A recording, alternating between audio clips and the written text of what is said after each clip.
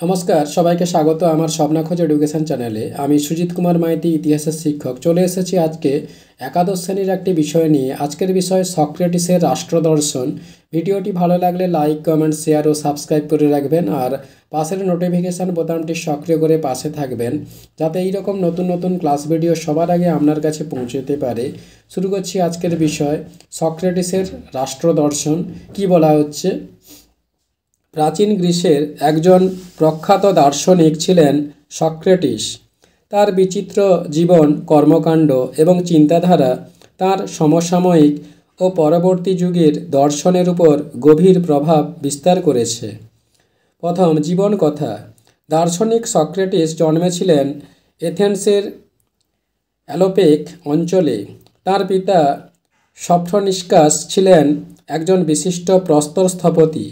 মাতা ফেনারেতে ধাত্রীর কাজ করতেন। ছাত্রজীবনে তিনি সঙ্গীত, ভাষাতত্ত্ব ও গণিত বিষয়ে শিক্ষালাভ করেন। কর্মসূত্রে তিনি প্রথম জীবনে প্রস্তর স্থপতির কাজ করেন ও পরে এথেন্সের সেনাবাহিনীতে যোগ দেন।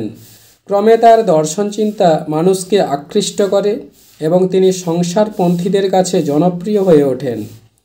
এরপর সক্রেটিসের রাষ্ট্রদর্শন। সক্রেটিস কিছুই লিখে যাননি। তার সম্পর্কে যা কিছু জানা গেছে তা সবই তার শিষ্যদের সঙ্গে তার কথোপকথন থেকে এবং অ্যারিস্টোফেনিস রচিত দ্য ক্লাউডস, জেনোফন রচিত মেমোরিবিলিয়া ও প্লেটোর ডায়ালগস গ্রন্থ থেকে। এরা অবশ্য সক্রেটিস প্রচারিত নব্যচিন্তার তীব্র সমালোচনা করেছেন। সক্রেটিসের দার্শনিক পদ্ধতিকে সক্রেটিস মেথড বলা হয়। একমাত্র প্লেটো তার শিক্ষক সক্রেটিসের চিন্তাভাবনা ও দর্শন গ্রহণ করেছিলেন। এরপর বাস্তবতা ও সংযোগ সাধনের ধারণা। সক্রেটিস মনে করতেন সদ্গুণই হলো জ্ঞান। তার মতে ইন্দ্রিয় প্রত্যক্ষ যে বাস্তব তা প্রকৃত বাস্তব নয়। কোনো বিষয় সম্পর্কে বিশুদ্ধ ধারণাই হলো বাস্তবতা, কারণ তাই হলো শাশ্বত। সক্রেটিস রাজনীতি ও নীতির মধ্যে সংযোগ সাধনের উপর গুরুত্ব দিয়েছিলেন।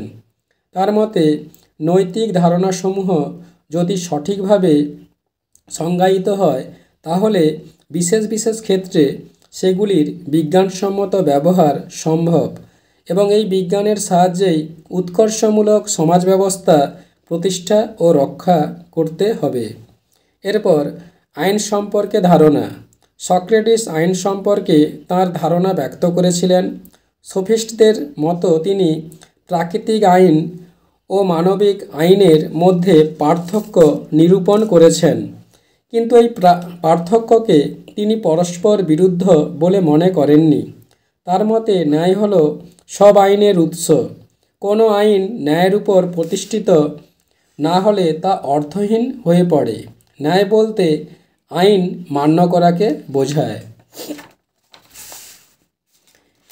এরপর সার্বভৌমিকতার ধারণা।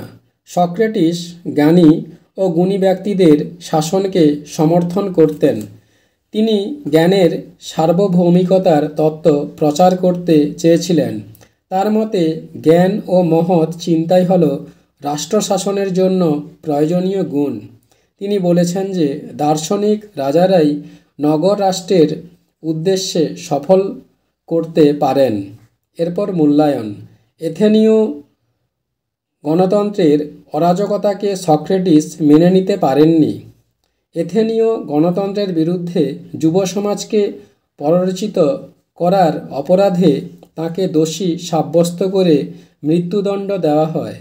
বার্কার মনে করেন যে রাজনৈতিক কারণেই সক্রেটিসকে মৃত্যুবরণ করতে হয়েছিল।